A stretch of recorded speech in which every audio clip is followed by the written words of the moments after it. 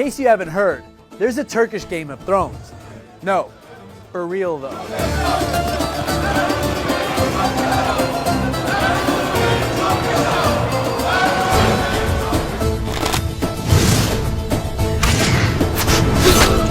It's a Turkish series called Diriliş Ertugrul, or Resurrection Ertuğrul.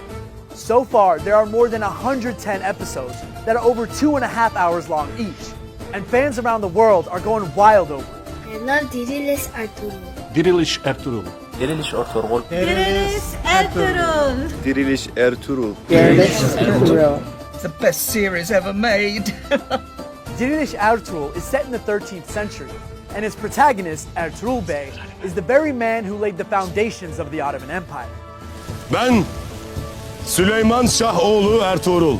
The show began airing in 2014 on Turkey's public broadcaster, TRT1, and its purpose was to bolster patriotism, chivalry, compassion, respect for elders, and a ton of other virtues that Turkish people take pride in. Türk and içerse sözünü tutmadan ölmez. But little did the creators know that it would become an international sensation.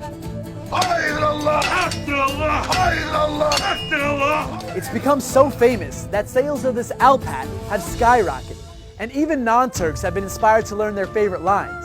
Ertuğrul Bey Turkish'a. Dişe diş, kana kan. Eyvallah bey. People from all around the world are flooding our TRT World inbox asking for subtitled versions.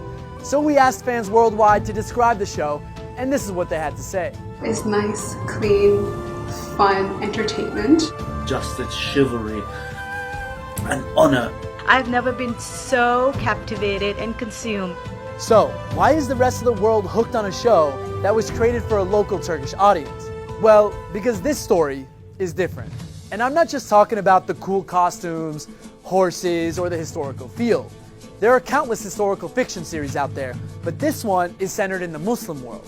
You have people who look like us, think like us, and even breathe like us. When I look at that, I see a role models, I see beautiful behavior, mannerism and character. That makes us proud of our history. It's nice to be the heroes. It transcends generations, continents. And on top of that, it's halal for the eyeballs.